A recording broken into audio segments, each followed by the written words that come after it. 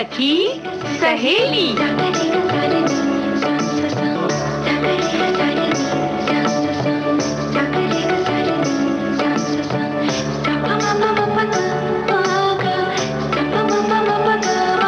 सखी सहेली।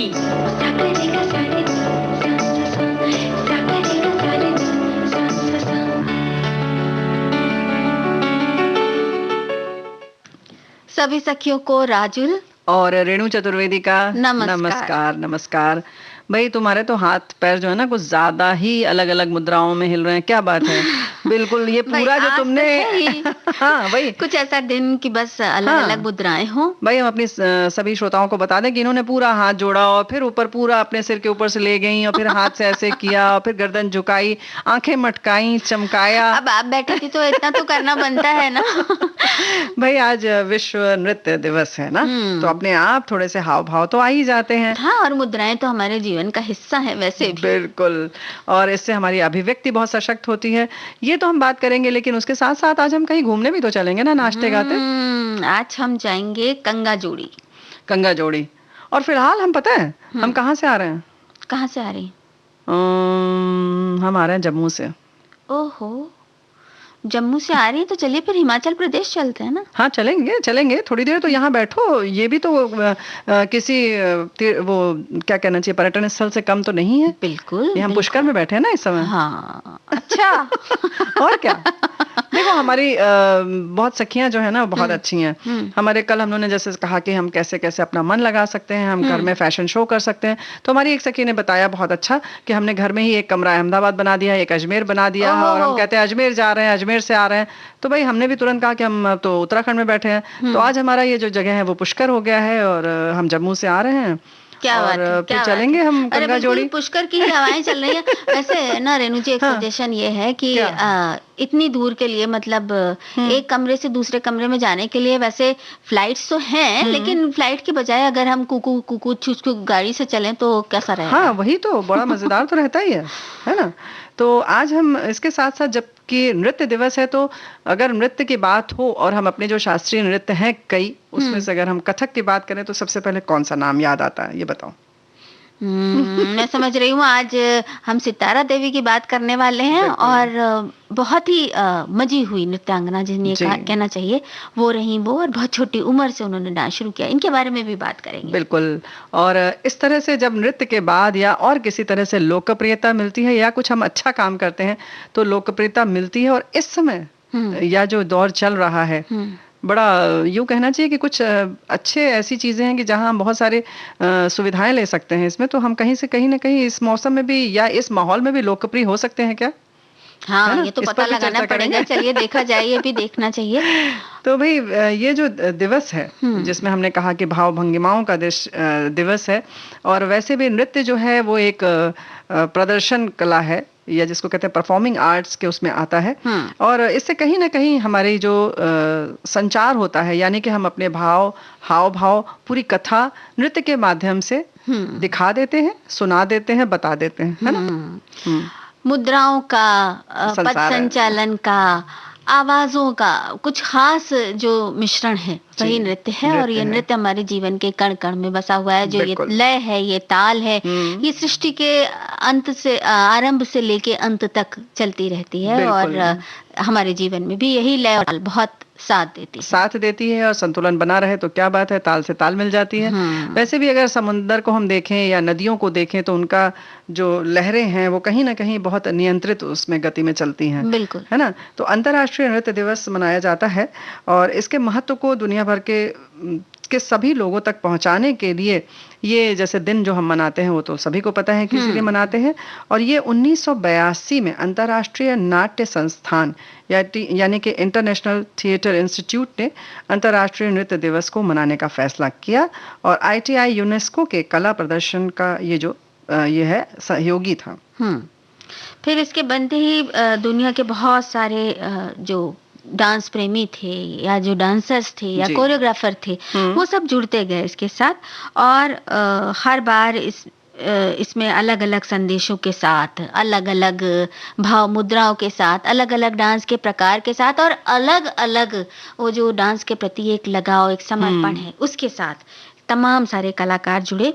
29 अप्रैल को अंतर्राष्ट्रीय नृत्य दिवस इसलिए मनाने का फैसला किया गया क्योंकि आधुनिक बैले के जो निर्माता हैं, हाँ, जीन जॉर्जेस नोवेरे, उनको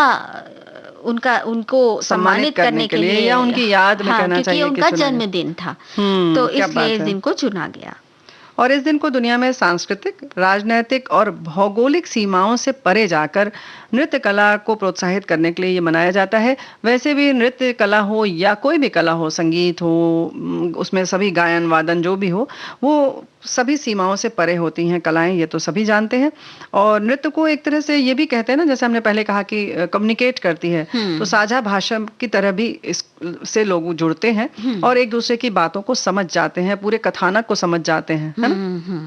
मतलब नृत्य जोड़ता है और नृत्य दिलों को पास लाता है। हाँ। वैसे अगर अब देखा जाए तो नृत्य हमेशा जीवन के हर उसमें होता है। लेकिन एक बात और है ना कि नृत्य चूंकि हमें दिखाई देता है, उसमें संगीत भी है और एक तरह से बहुत सारी भाव भंगिमाएं हैं, तो एकदम आदमी बंधा सा रह जाता है ना? बिल्कुल सही बात है। क्योंकि उसमें जिस तरह से अदायगी होती है, केवल ऐसा नहीं है, नृत्यों का जो संचालन होता है केवल आंखों का नहीं, भौं, होंठ, यहाँ तक कि बहुत जो कुशल होते हैं उनके गालों तक के जो होते हैं, गाल तक को वो हिलाते हैं। जैसे कि कथकली की अगर हम बात करें तो उसमें किस तरह से वो एक एक अपने गालों को गति देते हैं और उससे वो उनका क्रोध या रौद्र जो स्वरूप वो देना चाहते हैं, रस जो हमारे रस हैं उनको प्रदर्शित करना चाहते हैं, वो पूरी तरह से दिखा देते हैं, है ना? बिल्कुल।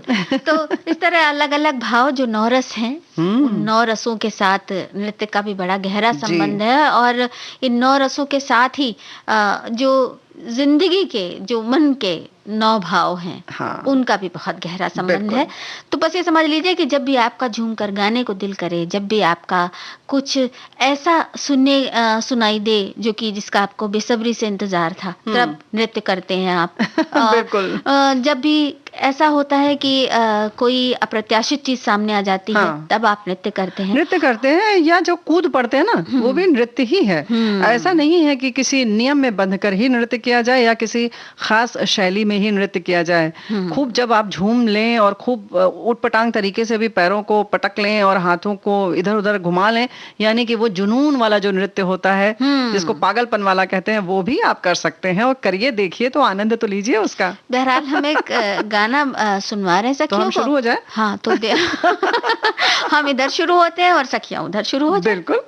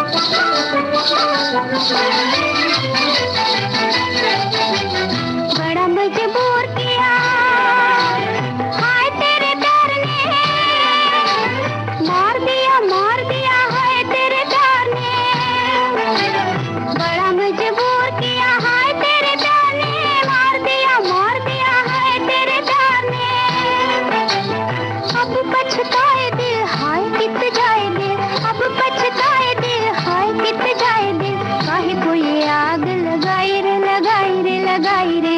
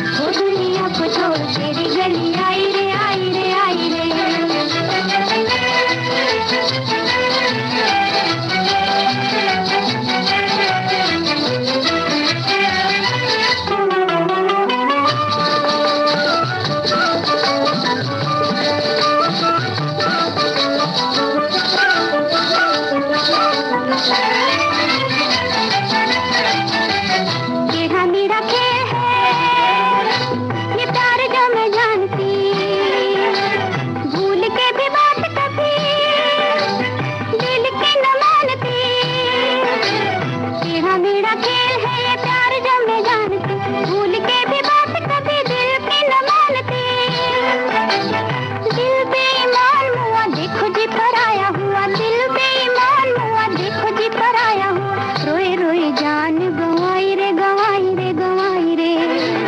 अपलम चपलम चपलाई रे, दुनिया को छोड़ तेरी गली आई रे आई रे आई रे। वो दुनिया को छोड़ तेरी गली आई रे आई रे आई रे।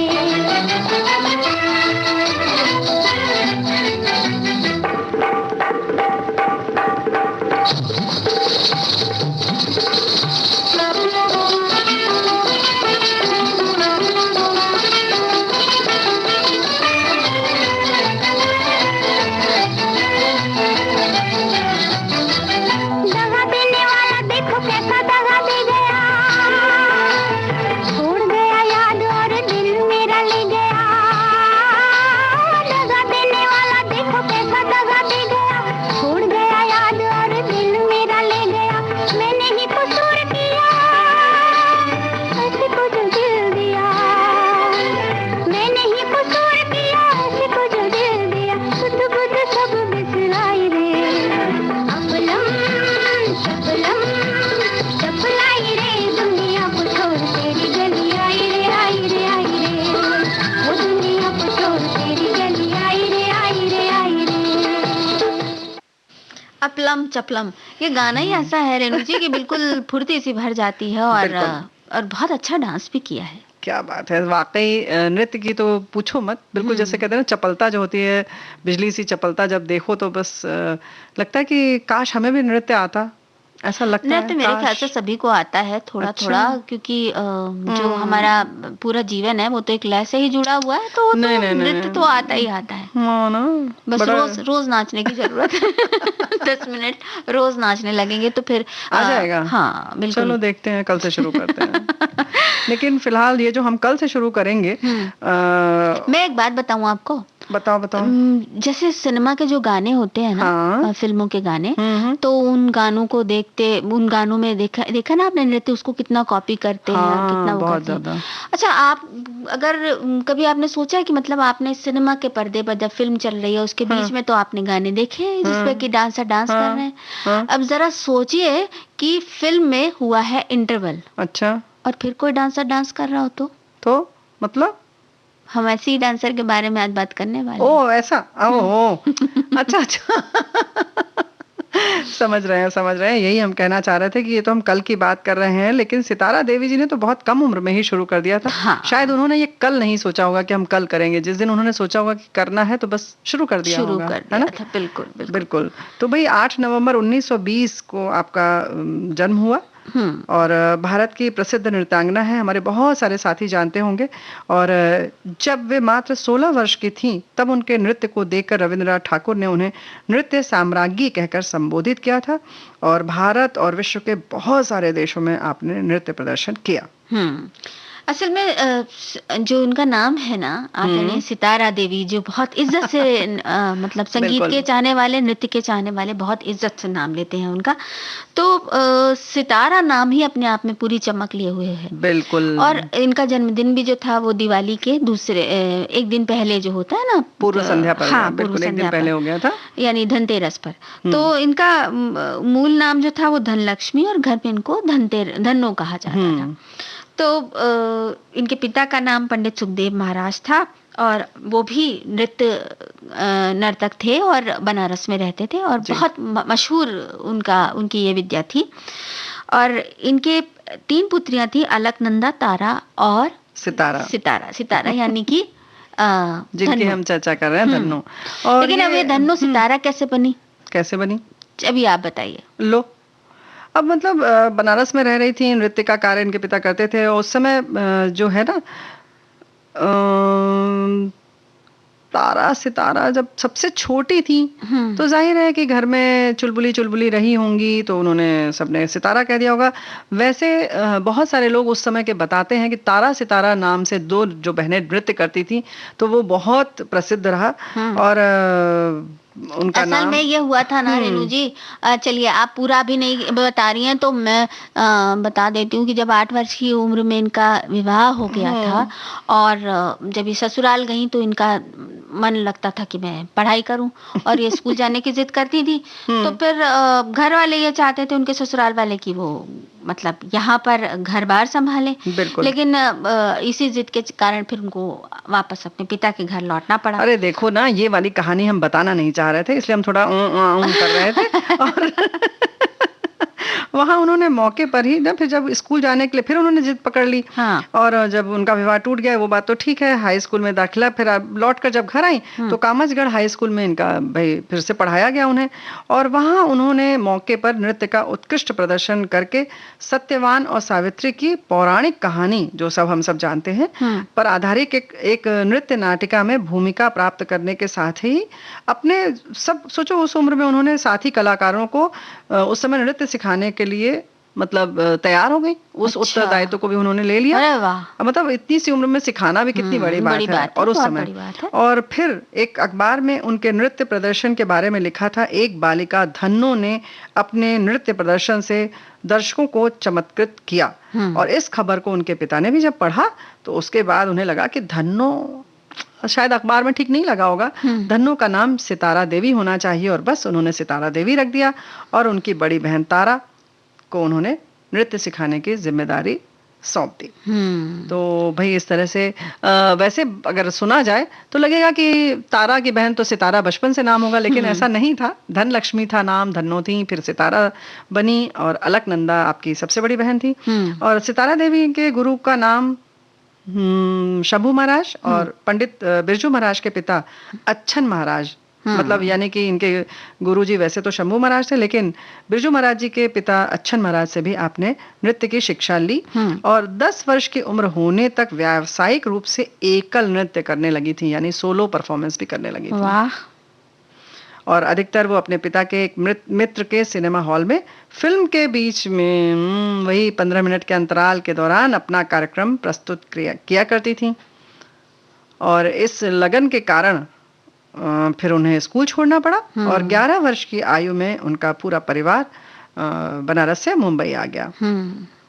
फिर यहाँ पर जहांगीर हॉल में उनका पहला परफॉर्मेंस हुआ। उन्होंने पहली बार सार्वजनिक कार्यक्रम प्रस्तुत किया, और फिर यहीं से कथक का विकास, उसको ज्यादा से ज्यादा लोगों तक पहुंचाने, उसका नाम मशहूर करवाने की जो के उनके प्रयास थे वो शुरू हो गए। और ये सिलसिला बहुत लंबा चला, क्योंकि कृपा थी और बहुत लंबी आयु उन्हें मिली थी। तो अपने सुदीर्घ नृत्य काल के दौरान सितारा देवी ने देश विदेश में कई कार्यक्रम और महोत्सवों में चकित करने वाले लयात्मक, और बहुत ऊर्जा थी नृत्य में उनके। वैसे भी कहते हैं बिल्कुल बिजली की तरह वो नाचती थी। और एक तो बहुत उनकी जो कद है कम था, और इतना बड़ा सा लाल टीका लगाती थी अपने सिर पर, तो बहुत एक आकर्षण था चेहरे में। और जब वो नृत्य करती थी तो बिल्कुल जैसे सच में लगता था कि बिजली की तरह तेज था। उनके नृत्य में बहुत ही चमत्कृत करने की कला थी। और फिर वो लंदन में प्रतिष्ठित रॉयल अल्बर्ट और विक्टोरिया हॉल और न्यूयॉर्क में कार्नेगी हॉल में भी अपने नृत्य का जादू उन्होंने दिखाया। और एक बात ये भी है कि सितारा देवी न सिर्फ उन कथक पर तो उनका था ही आधिपत्य था, भरतनाट्यम सहित और भी कई भारतीय शास्त्रीय नृत्य शैलियों और इसके साथ साथ लोक नृत्य, इनमें भी उनकी महारत उन्हें हासिल थी। और उन्होंने रूसी बैले और पश्चिम के कुछ और नृत्य भी सीखे। सितारा देवी के कथक में बनारस और लखनऊ घराने दोनों का ही जो मिश्रण है वो दिखाई देता है। वो एक इस तरह की कलाकार थी कि पूरी रात डांस की, अगर नृत्य की वो थी तो पूरी रात वो नृत्य कर सकती थी।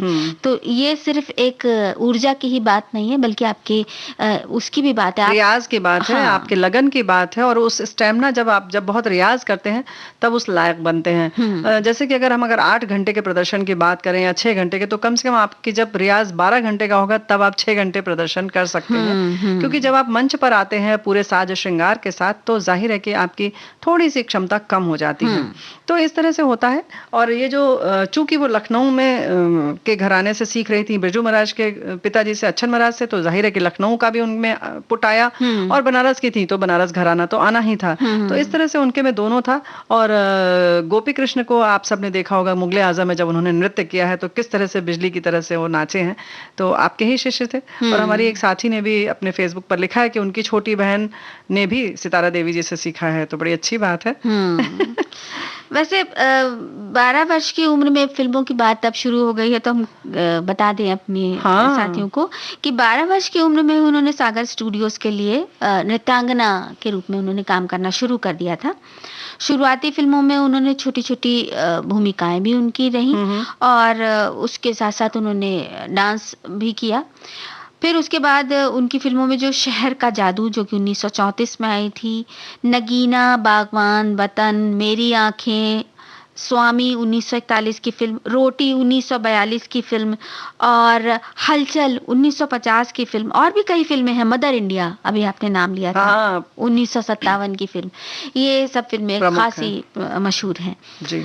उन्हें अब बहुत सारी चीजों के लिए याद किया जाता है। हाँ भाई, याद तो करा ही जाएगा, क्योंकि इतना उत्कृष्ट प्रदर्शन, और उसके साथ साथ व्यावसायिक तौर पर भी आप बहुत सक्षम रही और सफल रही।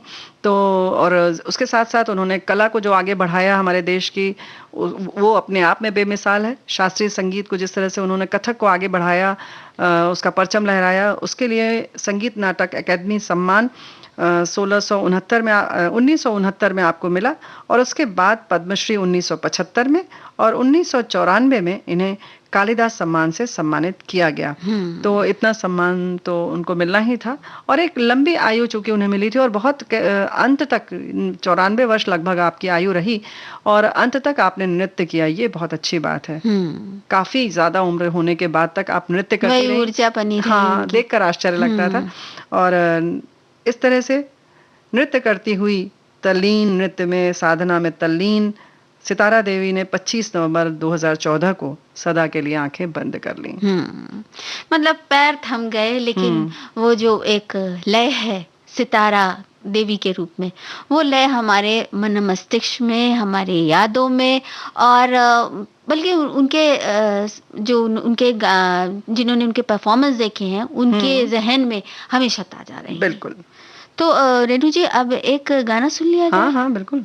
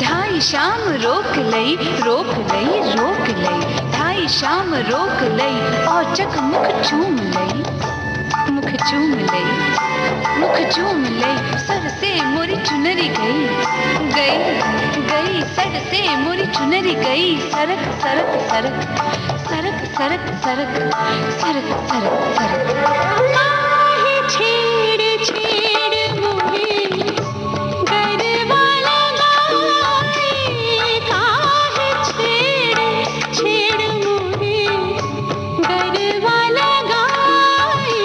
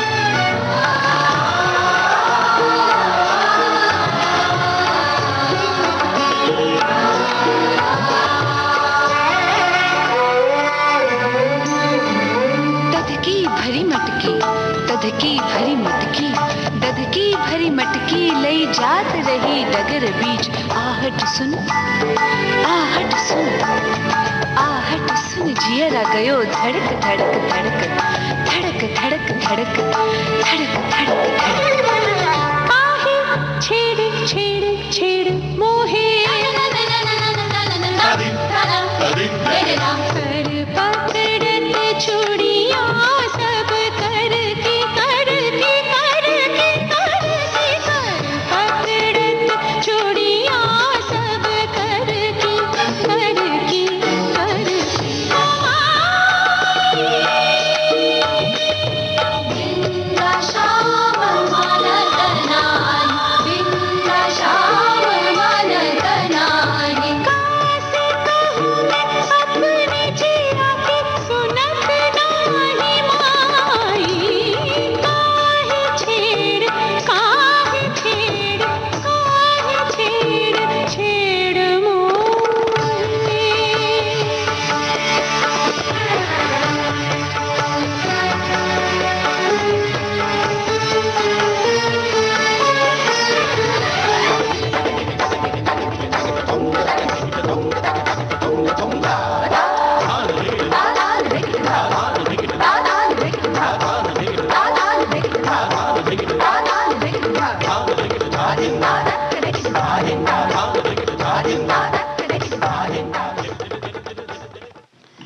क्या बिल्कुल बहुत इसकी एनर्जी क्या है।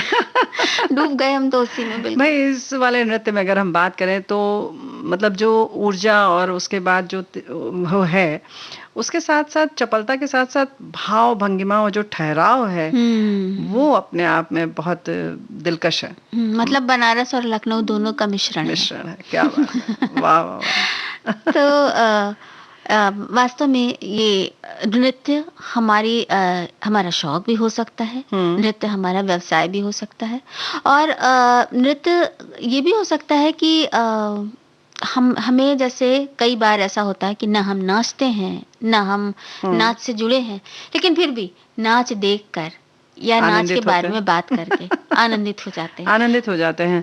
तो एक तरह का एनर्जाइजर भी हो सकता है। हाँ हाँ बिल्कुल, एनर्जाइजर तो है ही। संगीत से जुड़ी हुई हर विधा है जो है वो हमें कहीं ना कहीं से प्रेरित करती है, कहीं ना कहीं से हमें ऊर्जावान करती है और कहीं ना कहीं से सशक्त करती है। तो ये भी तो संगीत की एक कला है ना। वैसे भी जो 3 जो कलाएं कही गई हैं उसमें से एक तो है गायन वादन नृत्य। गायन वादन नृत्य, तो ये तीनों है। अगर इसमें तो इंसान में होना ही चाहिए और अपने आप है ही, इसमें कुछ कहने जैसा नहीं है। लेकिन इसके साथ साथ नृत्य जो करता है उसमें उसको लोकप्रियता बहुत मिलती है, लोग चाहने लगते हैं। वो कहीं भी होता है, घर में शादी ब्याह भी हो, अरे भाई जरा सा नाच के दिखाओ, वो थोड़ा बहुत अच्छा नाचती है भाई, हाँ चलो। वो महफिल की शान हो जाती है, महफिल की जान हो जाता है वो ना, जो नृत्य कर लेता है। तो ये बात सही है आपने बिल्कुल कही कि लोकप्रिय होने के लिए आप किसी भी कला का सहारा ले सकते हैं। जैसे नृत्य की बात कही, गाने वाले भी इसी तरह से बहुत मशहूर हो जाते हैं। और वो गिटार वगैरह जो बजाते हैं उनको भी तो बुलाया जाता है घरों में, महफिल हो या गिटार वगैरह विवाह हो। हाँ, मतलब हमारा कहने का मतलब है कि इस तरह के जो कोई भी वाद्य यंत्र हो, या घर में तो अगर बात हो तो किसी को ढोलक भी बजाना आ जाए तो हर समय आदमी कहता है भाई तुम खाना पीना कुछ मत खाओ, चाय वाय भी ना पियो, बैठ के बस ढोलक पकड़ के बैठ जाओ, है ना। तो उसकी पूछ तो रहती ही है। तो लोकप्रियता ऐसी भी चीज होती है कि थोड़ा सा जो इस तरीके की जिसके में कला होती है ना, उसको थोड़ा सा उसका कॉलर ऊंची भी हो जाती है ना कि अब हमारे बगैर तो होगा ही नहीं, जब हम पहुंचेंगे तभी गाना शुरू होगा, है ना। और या अगर जैसे नृत्य आता है तो भाई हम जब आएंगे तभी रंग जमेगा, या जब रंग जमेगा तो फिर हमारी पूछ होगी। तो कुछ इस तरह से लोकप्रियता जो है जब मिलने लगती है तो कहीं ना कहीं हम बड़े गर्व में आ जाते हैं, हमें बड़ा थोड़ा सा इतरा जाते हैं। वैसे लोकप्रियता ऐसे भी मिल जाती है कई बार कि आप बहुत ज्यादा दूसरों के सुख दुख में संग रहते हैं, रोज सुबह उन्हें सुप्रभात कहते हैं और हर 5 मिनट के बाद आप उनको एक संदेश जरूर भेजते हैं और उनसे हालचाल जरूर पूछते रहते हैं बीच बीच में। तो ये भी लोकप्रियता पाने का तरीका है। लोग कहते हैं बहुत ख्याल रखते हैं और कभी भी संपर्क में रहते हैं हमेशा और सिलसिला टूटने नहीं देते। हम समझ रहे हैं तुम इस समय क्या इशारा कर रही हो। ये जो कलाएं हैं इनको सीखने की एक उम्र हुई, या यूं कहें कि एक समय था, चलिए चला गया, कोई बात नहीं। क्या आप अभी भी लोकप्रिय हो सकते हैं? जरा गौर कीजिए, क्योंकि हम कुछ बताने जा रहे हैं। वैसे भी अब हम ध्यान इस बात पर दे रहे हैं कि अभी तो ये इन सब कलाओं की बात हो गई है ना, कि वाद्य यंत्र हो या गायन हो या नृत्य हो, लेकिन उसके साथ साथ आजकल जो हमारे साथी जो डटे हुए हैं लोगों की सेवा करने में, चाहे वो पुलिसकर्मी हो या पुलिसकर्मी लोगों को जो खाना पहुंचा रहे हैं, खिला दे रहे हैं जो ड्यूटी पर वो हो, या साफ सफाई जो कर रहे हैं, उन सब की ओर ध्यान बहुत गया है और इस समय वो हमारे हीरो हो गए हैं। बिल्कुल, है ना? बिल्कुल। तो या मेडिकल से जुड़े लोग हैं, या वहां पर सिर्फ ऐसा नहीं केवल डॉक्टर, उससे जुड़े हुए जितने भी लोग हैं उन सब को हम बड़े तहे दिल से उनका शुक्रिया अदा कर रहे हैं, उनके लिए बहुत कृतज्ञ हो रहे हैं, है ना? तो लेकिन रेणु जी, ये सब तो अपनी एक सेवा से जुड़े हुए काम जो है वो पूरी मुस्तैदी से कर रहे हैं, अपना जहाँ पर जो उनका फर्ज है, जो उनकी ड्यूटी है, उसे पूरी तरह से निभा रहे हैं और बिना अपनी जान की परवाह किए, बिना अपनों की जान की परवाह किए। तो ये तो बहुत ही सराहनीय है। इसके साथ ही साथ वो लोग भी बहुत सराहनीय हैं जो स्वैच्छिक रूप से आगे बढ़ के कुछ ऐसा काम कर रहे हैं जिससे इस मुश्किल दौर में लोगों को आराम मिले। जैसे बहुत बार ये होता है कि पूरी की पूरी बिल्डिंग सील हो गई, पूरा मोहल्ला सील हो गया, तो कोई एक होता है जो कि आसपास के सब लोगों का ख्याल रख रहा है। कुछ बूढ़े होते हैं, कुछ बूढ़े हैं बाहर नहीं पहुंच सकते, तो उनके लिए दवा पहुंचा दी, खाना पहुंचा दिया, या आवश्यक रसद पहुंचा दी। इस तरह के काम लोग कर रहे हैं जी, या किसी और खास चीज की उन्हें जरूरत हुई तो उसको पहुंचा दिया। इस तरीके की सेवा है जो आप खुद आगे बढ़कर, जिसको कहते हैं ना, एक इनिशिएटिव लेने की प्रवृत्ति अगर आप में है, नहीं भी है तो कुछ लोग खुद कर रहे हैं समय की मांग को देखते हुए, वो भी बहुत लोकप्रिय हैं। और अभी अभी बहुत सारे और भी समाचार आ रहे हैं, और अभी एक और किस्सा सामने आया कि किसी ने बताया कि दूध की लाइन लगी हुई थी और एक सोशल डिस्टेंसिंग मेंटेन करते हुए, सामाजिक दूरी बनाते हुए, और वो बंदा दूध दे रहा था सबको, तभी उसने अचानक से कहा कि भाई अब दूध खत्म और बाकी लोग शाम को आइएगा। तो जो व्यक्ति सबसे आगे था उसी को बस एक पैकेट अब मिलना था, उसने कहा बस ये एक पैकेट बचा है और अब बस इसके बाद उसने भी हाथ जोड़ दिया। अच्छा, उसने हाथ तो जोड़ दिया, लेकिन जो व्यक्ति जिसको मिलना था पैकेट, उसके ठीक पीछे एक बहन खड़ी थी और उनके गोद में बच्चा था, वो उसको लेकर आई हुई थी, कुछ मजबूरी होगी। तो जैसे ही दूध वाले ने पैकेट, वो महिला तो पर थोड़ा सा, जाहिर है थोड़ा क्या बहुत ज्यादा उसके चेहरे पर मायूस हो गई, चिंता की रेखाएं खिंचाई, लकीरें आ गई चेहरे पर। बच्चों के साथ बड़ा मुश्किल, बहुत मुश्किल है, बच्चे को क्या समझाएंगे कि ये क्या है। तब लेकिन जैसे सोच ही रही थी कि उनके हाथ में पैकेट आ गया, तो उन्होंने देखा क्या है ये, तो उस व्यक्ति ने बोला कि ये आपके लिए है, क्योंकि आगे वाला जो व्यक्ति था वो हट चुका था। और जब इन्होंने निगाह मिला के धन्यवाद देना चाहा तो उस व्यक्ति ने बस इतना कहा, आपका बच्चा बहुत प्यारा है और देश को इसकी जरूरत है। वाह वाह वाह वाह। तो कुछ इस तरह से बस उसने ये कहा, और जो लोग लंबी लाइन में लगे थे, जो बहुत दुखी थे, मायूस थे, एकदम से उन्होंने तालियां बजाकर उस व्यक्ति का धन्यवाद दिया, उसका स्वागत किया, वहीं उसको सम्मानित किया। तो यानी जरूरत को समझकर, आवश्यकता को समझकर जब हम कोई मदद करते हैं अपने बारे में भुलाकर, जैसे ये बात तो है कि हमारे घर में अनाज भरा रहे तब हम दूसरे को रोटी दें, अच्छी बात है, लेकिन हमारे घर में अनाज भरा है और हम रोटी दे रहे हैं, उससे भी अच्छी बात तब हो जाती है जब हमारे घर में सिर्फ 2 रोटियों का आटा है और 1 रोटी हमने किसी को दे दी, या दोनों रोटियां किसी ऐसे को दे दी जो भूख से उस समय व्याकुल है, उसे दे दी। तो ये बात तो जाहिर सी बात है कि है ही सराहनीय। तो आजकल के दौर में सिर्फ खाने पीने की चीजें ही नहीं, बल्कि बहुत सी ऐसी चीजें हैं रेणु जी जिनको बहुत स्टॉक किया जा रहा है। हम उनके बारे में बात करें, एक गाना सुन लें? हाँ जरूर।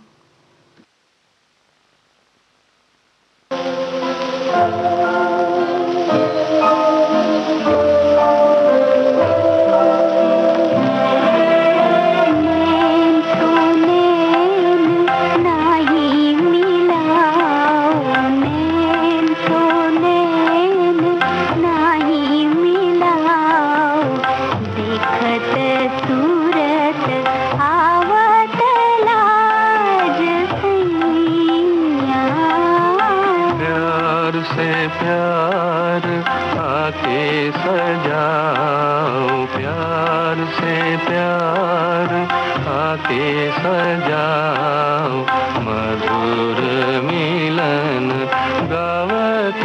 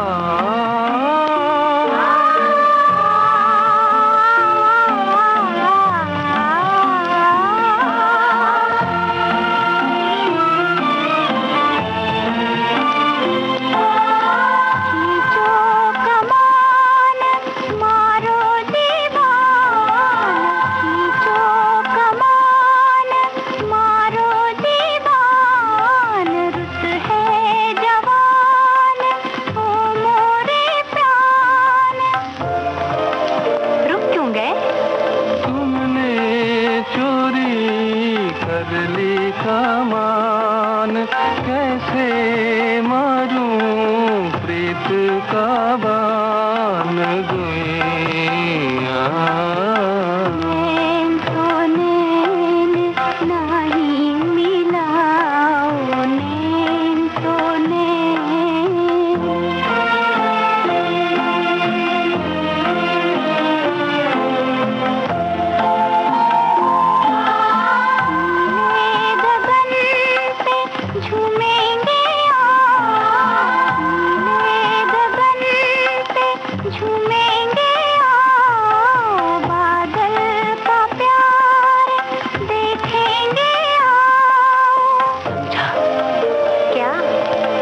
बादल नैया है बिजली पतवार, हम तुम चल दे दुनिया के पार गुइया नैन तो नैन नहीं मिलाओ, नैन तो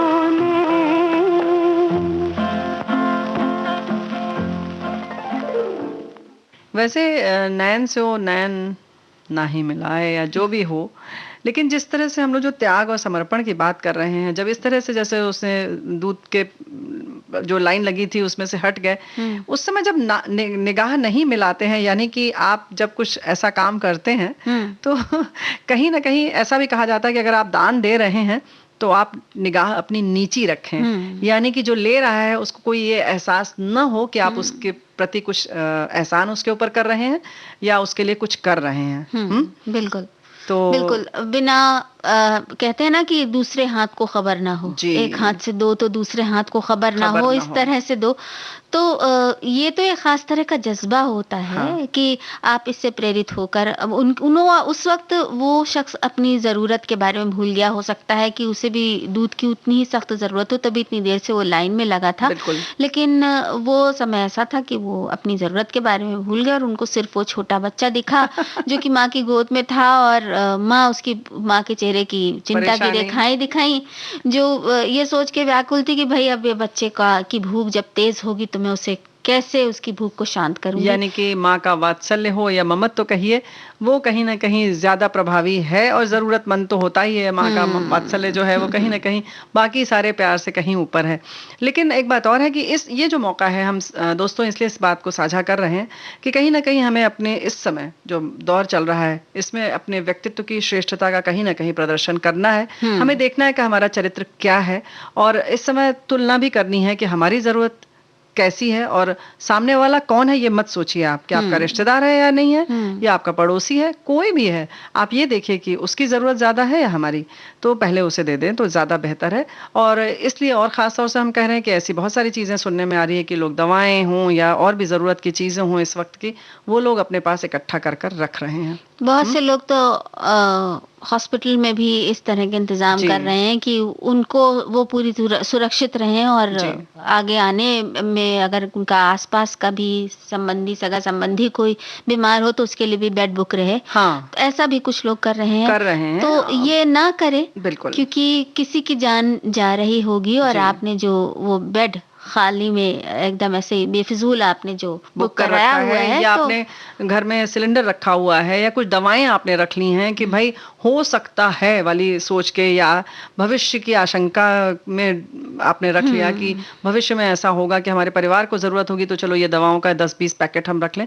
कृपया ना करें। इस समय जो तुरंत की जरूरत है पहले उसकी पूर्ति करें तो ज्यादा बेहतर है ना? बिल्कुल, क्योंकि किसी और को उनकी ज्यादा आवश्यकता है। आपके घर की अलमारी से ज्यादा किसी के दिल को, किसी के फेफड़ों को, किसी के शरीर को उसकी बहुत आवश्यकता है। तो इस समय यही मौका है दोस्तों कि जैसे हम बार बार कह रहे हैं कि जब आपातकाल आता है तो भीड़ नहीं बने, बल्कि आप एक पढ़े लिखे इंसान की तरह समझदार होकर इसको अवसर की तरह लें। और फिर वही वाली बात अक्सर हम जो कहते हैं, थोड़े स्वार्थी बनिए। देखिए आपको कितनी लोकप्रियता मिलती है, कुछ लोगों को खिलाइए पिलाइए। अभी सुनने में आया है कि जैसे कि अब ठीक है, वैसे तो ईश्वर न करे कि किसी की कोई यहाँ से मतलब आत्मा बन जाए या दिवंगत हो जाए। लेकिन एक फोटोग्राफर हैं, उन्होंने कहा कि ठीक है, जिसको भी मतलब जरूरत पड़ेगी कि उनके परिवार की, तो हम फोटो मुफ्त में बना कर देंगे इस वक्त। तो भाई जिसकी जो दुकान है, जिस तरीके से है, हो सके तो आप उस तरीके की सेवा दें। उन्होंने यही निःशुल्क कर दिया है। और बहुत सारे लोग ये भी कर रहे हैं कि जैसे इन दिनों बहुत सारे कांटेक्ट नंबर हैं, कोई कुछ उपलब्ध करा रहा है, ऑक्सीजन सिलेंडर है या दवाएं हैं या इस तरह की जो भी जरूरी चीजें उपलब्ध करा रहे हैं, उन्होंने बकायदा कोविड ग्रुप बना रखा है और उस ग्रुप में सभी लोग नंबर रखते हैं और उन नंबरों को बार बार वेरीफाई भी करते रहते हैं कि कौन सा नंबर अभी तक काम कर रहा है या नहीं। ये बिल्कुल सही है। इस मामले में जरूर हम कहना चाहेंगे कि लोग फॉरवर्ड कर रहे हैं जो लोग, वो थोड़ी सी मदद ये भी करें कि उन नंबरों को एक बार वेरीफाई कर लें, यानी कि उन नंबरों को एक बार जांच लें कि वो काम के लायक हैं या नहीं है। आपने बढ़ा दिया और जहां जरूरत है, जहां की समय की कमी है और बिल्कुल बीमारी सर पर है और वो एकदम हड़बड़ाहट में है और वो 4 नंबर मिलाकर परेशान हो रहे हैं और चारों नंबर पर उसे कोई जवाब नहीं मिल रहा है, तो जब आप इस नंबरों को आगे बढ़ाएं तो कृपया एक बार चेक कर लें। बिल्कुल। अगर आप ठीक ठाक है, यानी आपके पास समय है, आप थोड़े निश्चिंत हैं, तो आप इतनी मदद कर दीजिए। 2 मिनट अपना दे दीजिए, 5 मिनट अपना दे दीजिए और फिर देखिए किस तरह से मदद होती है। और हम उनसे भी कहेंगे जिन्होंने वो नंबर अपने उपलब्ध कराए हैं, दिए हैं स्वयं सेवकों को, अगर उनके पास संसाधन खत्म हो गए हैं तो अब वो अपना वो नंबर वहां से वापस ले लें, क्योंकि कई बार ऐसा होता है कि जो सेवा कर रहे हैं उनके पास भी इतना समय नहीं होता, या वो एक के बाद दूसरी उसमें लगे हुए हैं और उनके पास इतना समय नहीं है कि वो नंबर सारे चेक करें। उन्हें लगता है कि भी कुछ घंटे पहले ही तो फलाने से हमने उपलब्ध करवाया था, तो होगा उसके पास। अगर नहीं है आपके पास तो आप तुरंत ही वो नंबर वहां से हटा लें, क्योंकि आपका ये करना भी किसी को बहुत बड़ी असुविधा से बचा सकता है। बिल्कुल।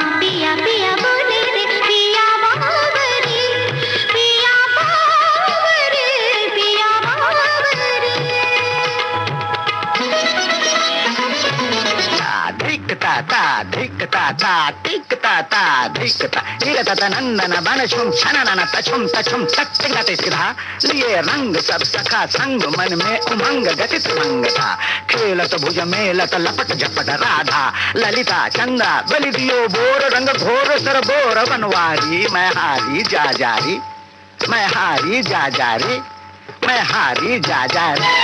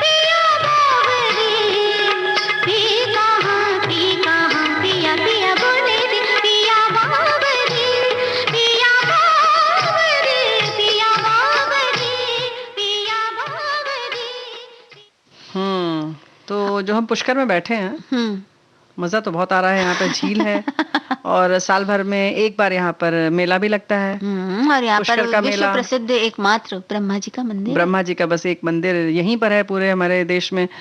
तो चलो अब यहाँ से चलते हैं पर्यटन स्थल गंगाजोड़ी पर। पक्का?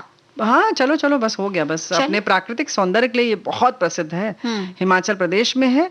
और यहाँ पर बहुत सारी ऐसी और जगह हैं राजुल, जो अपने सौंदर्य से हम सबको एकदम खुश कर देती हैं, अभिभूत कर देती हैं। अरे वाह, तो मतलब आपने बिल्कुल मन ही बना लिया है। अरे बस चलो पहुंच गए समझो। ये देखो यहाँ पर जो है ना, ये जो है ना, यहाँ पे देखो जीवन की हलचल से एकदम दूर कितना मनमोहक स्थान है ये गंगाजोड़ी ना। और ऊंचे ऊंचे ये पर्वत और देवदार के वृक्ष और उनकी सघन छाव जो है, वाह वाह वाह, मजा आ गया। बहुत शांत स्थान है और नदियाँ देखो कितनी सुंदर है। बिल्कुल इसका सौंदर्य एकदम निराला है। बिल्कुल ना शोरगुल है और प्रदूषण का तो नाम निशान नहीं है। हवा कितनी ताजा ताजा दे रही है, बस ऑक्सीजन भर लो फटाफट। जल्दी जल्दी। और इतने सुंदर नजारे हैं गंगाजोड़ी, तो मतलब देख के ही मन भर जाता है। बिल्कुल। और एक खूबसूरत आकर्षण है यहाँ पर खास तौर से कैंप रॉक्स। और यहाँ कैंप में बिताए समय का जो रोमांच है जीवन में हमेशा के लिए एक अपनी हसीन याद छोड़ जाता है। और इस कैंप्स में यात्रियों को रुकने के लिए सारी सुविधाएं हैं, खाने पीने का इंतजाम है और यहाँ एडवेंचरस एक्टिविटीज भी बहुत सारी हैं जिसमें कि बड़ा मजा आता है। कैंप रॉक्स एक स्थान है जहाँ पर कैंपिंग की सुविधा है और यहाँ की लोकेशन भी कुछ कम खूबसूरत नहीं। यहाँ पास में ही प्राकृतिक धारा बहती है जो कि अपने आप वहां से पृथ्वी से जल निकलता है, तो उसमें आप डुबकी लगाएं या हाथ मुंह धो लें, फिर देखिए कैसे ताजा दम हो जाते हैं। क्या बात है। और एक ताजगी की लहर सी आ जाती है ना। तो कैंप रॉक्स में ही रात में अलाव के पास बैठने का आनंद कुछ और है। और उसके साथ साथ जब आप अलाव पे बैठते हैं, यानी कि आजकल जो कहते हैं कैंप फायर, यानी कि जला दें आग, और उसके बाद आसमान में चमकते सितारों के साथ समय गुजारने का जो अनुभव है वाकई बहुत सुंदर होता है। बहुत पास दिखते हैं वो चमकते हुए सितारे। फिर उसके साथ साथ यहाँ पर गाना और नाच भी होता रहता है, मध्यम मध्यम संगीत और डांस चल रहा है और आनंद ही आ जाता है। बिल्कुल। कैंप रॉक्स में कैंपिंग के आनंद के साथ साथ यहाँ पास में ही मौजूद देवदार के घने जंगलों के बीच ट्रैकिंग का भी रोमांचक अनुभव लिया जा सकता है। और ट्रैकिंग के दौरान होने वाले अनुभव के साथ यहाँ जो है ना पक्षियों की झलक जो है वो बोनस में मिल जाती है। क्या बात है। सही बात है। मतलब ये जो है यहाँ रहने वाले जो पक्षी हैं, तो बहुत से पक्षी ऐसे हैं जो जाने पहचाने लगेंगे, लेकिन बहुत से पक्षी ऐसे भी हैं जिनको आपने कभी देखा ही नहीं होगा। लगेगा कि अरे वाह, ये तो पहली बार देख रहे हैं। बिल्कुल। तो उनको देख के मतलब एक जो होता है ना कि अरे ये कैसा तोता है या ये कैसी चिड़िया है। उनका रंग और उनके जो कहते हैं चोंच या उनके पूंछ की जो बनावट है अलग, वो बिल्कुल अलग होती है। बिल्कुल अलग। भौगोलिक स्थिति के और जो कहते हैं ना कि वातावरण जो होता है वहाँ का जो मौसम होता है उसके अनुरूप बहुत सारे अलग अलग पक्षियों के रंग अलग हो जाते हैं। तो इसके अलावा यहाँ पर कैंप रॉक्स में ही ओपन थिएटर है, ओपन एयर थिएटर, जहाँ पे फिल्म देखिए, आप आनंद लीजिए फिल्म। क्या बात है। ऐसे कैंप फॉक्स में फ्लाइंग फॉक्स, रस्सी के पुल पर चलने के साथ साथ मंकी ब्रिज का भी अनुभव बहुत अनोखा है। अच्छा, ये मंकी ब्रिज पता है क्या है? मतलब उन्होंने टेढ़ी मेढ़ी ऐसे लकड़ियां बांध के जो वो चलते हैं उस पर, तो उस पे लोग चलते हुए मैंने जो देखा है, तो लोग ऐसे पकड़ पकड़ के चलते हैं, बंदरों की तरह ही चलना पड़ता है। सही बात है। तो भाई वो जो चूंकि रस्सी का ही पुल है तो वो अपने आप में हिलता भी रहता है, झूलता भी रहता है, और हम भी उसमें लटकते रहते हैं, पकड़ते रहते हैं, परेशान होते हैं, डर लगता है, लेकिन एक बस सहारा रहता है ये रस्सी, और मंकी ब्रिज पर हम इस तरह से चलते हैं। तो गंगाजोड़ी से 40 किलोमीटर की दूरी पर है रेणुका झील। ये बहुत सुंदर है। ये झील की जो आकृति है वो जैसे वो होता है ना, छाया जो पड़ती है, काली काली सी छाया, सिर्फ आप शक्ल नहीं दिख रही, तो उस छाया की तरह है, प्रतिछाया की तरह है इसकी आकृति, जो स्त्री की प्रतिछाया है। तो ये कहा जाता है कि ये झील श्री परशुराम की माता जी रेणुका के नाम पर है, और इस झील में भी प्राकृतिक जलधारा से बनी है, ये बहती है, यानी अपने आप प्रस्फुटित हुए। और इस झील के सिरे पर एक छोटा सा तालाब है जिसे परशुराम का प्रतीक माना जाता है, यानी कि उसके पहले रेणुका झील हो गई और उसके बाद उनके बेटे परशुराम, वो तालाब है। यहीं किनारे पर रेणुका देवी का एक मंदिर भी बनाया गया है उनके सम्मान में, उनकी पूजा और आराधना के लिए। गंगा जोड़ी आने पर यहाँ का प्रसिद्ध जो है जू तो हाँ। भाई देखना बनता ही है ना। बिल्कुल, ये हिमाचल प्रदेश का सबसे पुराना जू है। वाह। और बहुत खूबसूरत है। यहाँ पे कहा जाता है कि सबसे पहले जो लाया गया था पशु, वो एक हिरन था, उसका नाम था मोती। और उसके बाद फिर बाद में जो वन विभाग के अधिकारी थे, उन्होंने जितने भी ऐसे जो कि ऐसे घूम रहे हैं और जिनका कहीं पर भी ठिकाना नहीं है, ऐसे तमाम सारे पशुओं को इकट्ठा किया और वहां पर एक सफारी भी चलती है और कई तरह की चीजें हैं। लेकिन उन सभी पशुओं को एक जगह पर देखने का, एक जगह पर उनको आनंदित होते हुए देखने का मजा अलग है। और इसके साथ साथ ऐसा भी होता है कि जब बच्चे देखते हैं तो जिनके वो पढ़ते हैं, जिनके बारे में पढ़ना चाहते हैं, उनकी बनावट, कद काठी, खाने का तरीका, चलने का तरीका, भागने का, उछलने का, वो सब बच्चे सामने से देख लेते हैं तो उनका ज्ञान भी बढ़ता है। और भाई यहाँ रेलवे स्टेशन जो है सोलन और बारोग, वहां से हम लोग यहाँ तक आए थे और प्राइवेट टैक्सी उसके बाद ली, तब कैंप रॉक्स तक पहुंचे। अब तो वापस पुष्कर चलेंगे। चलिए फिर पुष्कर ही चले जाएं, थोड़ी देर यहाँ रुक जाएं जरा कैंप रॉक्स में। एक गाना यहाँ सुनेंगे तब चलेंगे वापस। और वापस जरूरी नहीं कि हम पुष्कर जाए, हो सकता है हम दूसरे शहर जा सकते हैं। मन हमारा ना।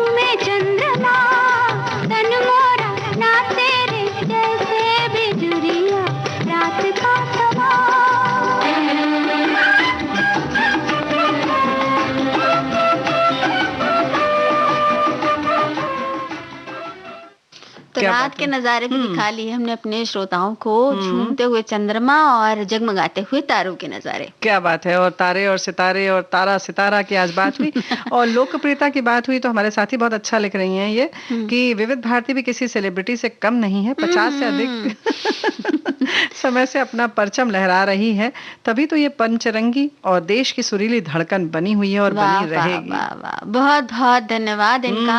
और हमारे ये जो सुनने वाले हैं यही तो हैं जो असली सितारे हैं। हाँ। यही हैं जिन्होंने विविध भारती का लगातार साथ दिया है और उसे चाहा है। बिल्कुल, और इसीलिए तो देखो आज हम फेसबुक पर अगर हम अपने फॉलोअर्स की संख्या देखें तो 30,000 से अधिक हो गई है। ये बधाई आप सबको श्रोताओं। और इसके साथ हमने जैसे थोड़े दिन पहले बताया था कू पर 50,000 से ज्यादा हमारे फॉलोअर्स हो गए। तो इन सब का श्रेय आपको जाता है। हम आपको तहे दिल से आपका शुक्रिया अदा करते हैं। बहुत बहुत धन्यवाद।